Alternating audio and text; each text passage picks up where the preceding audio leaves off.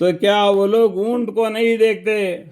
اللہ تعالیٰ اس سورے میں پہلا جہنم کے بارے میں فرمائے، اس کے بعد میں جہنمی کے عذاب اور مصیبتوں کو جھیلنے کے بارے میں بتائے، تاکہ انسان کا دل نرم ہو جائے، اللہ سے ڈرے بن دیکھے۔ اس کے بعد میں اللہ تعالیٰ جنت کے نعمتوں کے بارے میں فرمائے، تو جنت کی خوشی کا خبر لے کے اللہ کی عبادت کرے گا۔ اللہ مجھے دیکھ رہا ہے یا میں اللہ کو دیکھ رہا ہوں، اس طریقے سے اعمال کرے گا، اللہ تعالیٰ ان کے اعمال کا سل ان کو دے گا۔ جنت کیسا ہے؟ قالین پھیلا پڑا ہے۔ اللہ تعالیٰ عبرت حاصل کرنے کے لیے جنت اور دوزخ اور جنت کے بارے میں بتلانے کے بعد اللہ تعالیٰ بولتے ہیں، تو کیا وہ لوگ اونٹ کو نہیں دیکھتے کہ کس طرح عجیب طور پر پیدا کیا گیا؟ اللہ تعالیٰ اونٹ کو دیکھو، اپنے گاؤں میں آتے ہوں گے، زیادہ تر راجستھان میں جائیں گے اونٹ نظر آئیں گے، وہ لوگ اونٹ سے زمین کو جوڑیں گے، اونٹ بیل سے پانی، جس طریقے سے ہم بیل سے کام لیتے ہیں اس طریقے سے وہ لوگ وہاں اونٹ سے کام لیں گے، گاڑیوں بھی اونٹ کے چلے گی۔ اب راجستھان جاؤ گے تو معلوم پڑ جائے گا، یا کبھی کبھی گاؤں میں ایک اونٹ آتی ہے تو اس کو دیکھنے کے لیے بھکر جاتے ہیں دیکھنے کے لیے۔ وہ دیکھو اونٹ کو اللہ تعالیٰ نے کس طریقہ سے پیدا کیا، افلا ينظرون الى الابل كيف خلقت۔ اس کے بعد میں بولتے اللہ تعالیٰ آسمان کو نہیں دیکھتے کہ کس طرح بلند کیا گیا، دیکھو آسمان اتنا بڑا ہے، کہیں بھی کوئی بھی ایک سیڑھی یعنی کوئی اس کو زمین پر گرنے سے تھامنے کے لیے کوئی یہ بھی نہیں۔ اللہ تعالیٰ اس طریقے سے آسمان کو تھاما رکھا ہے، اتنا بڑا ہے کہ تم کتنا بھی جاؤ اور بھی آسمان دکھائی دے گا، لیکن بل بھی آسمان نیچے گرے گا نہیں۔ اللہ تعالیٰ اس کو اس حالت میں تھامے ہوئے رکھا ہے۔ وَإِلَى السَّمَاءِ كَيْفَ رُفِعَتْ وَإِلَى السَّمَاءِ كَيْفَ رُفِعَتْ۔ اور پہاڑوں کو نہیں دیکھتے کہ کس طرح کھڑے کیے گئے، دیکھو زمین پانی پر ہے، پانی پر زمین ڈول نہ ہونے کے لیے اللہ تعالیٰ پہاڑوں کو بنا دیا، وہ زمین کے مینکے ہے تاکہ زمین تم کو لے کے پانی پر ڈول نہ ہو۔ دیکھو اللہ تعالیٰ جہن والوں پر کتنا مہربان ہے کہ اللہ تعالیٰ بولتے ہیں، اور پہاڑوں کو نہیں دیکھتے کہ کس طرح کھڑے ہو کیے گئے ہیں۔ وَإِلَى الْجِبَالِ كَيْفَ نُصِبَتْ۔ اس کے بعد میں اللہ تعالیٰ فرماتے ہیں، اور زمین کو نہیں دیکھتے کہ کس طرح بچھائی گئی ہے، دیکھو زمین کس طریقے سے پانی پر بچھائی گئی ہے، یعنی جتنا چوڑا جس حالت میں چاہا اس حالت میں رکھ دیا تمہیں رہنے کے لیے، اس سے میوے وغیرہ کھانے کے لیے۔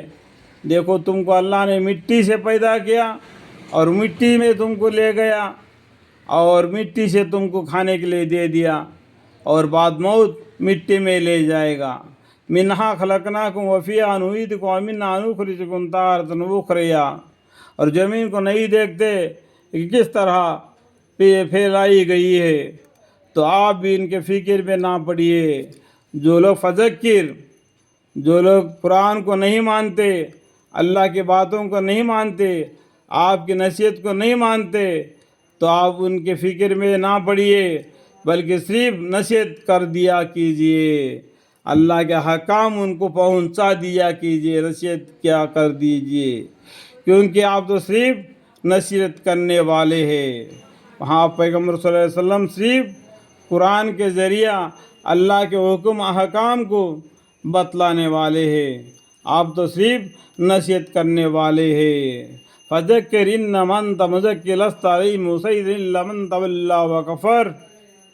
اور آپ ان پر مسلط نہیں ہیں، آپ کے اوپر یہ واجب یا فرض نہیں کہ یہ پورا سدھر جائے. آپ کا کام ہے اللہ کے حکم کو ان کے کانوں تک پہنچا دینا. جو مانے گا تو جنت میں جائے گا، جو نہ مانے گا تو جہنم میں جائے گا. جو زیادہ فکر میں پڑے، یہ قرآن آپ کو فکر میں ڈالنے کے لیے نازل نہیں کیا گیا. یہ قرآن پورے جہان والوں کے لیے ہدایت نامہ ہے، نور نامہ ہے. آپ نے اس قرآن کو لوگوں تک پہنچا دو. مانے نہ مانے اس کا فیصلہ اللہ کرے گا. ہاں مگر جو روگردانی و کفر کرے گا تو خدا اس کو آخرت میں بڑی سزا دے گا. الا من تولی وکفر فیعذبہ العذاب الاکبر. تو خدا اس کو آخرت میں بڑا سزا دے گا.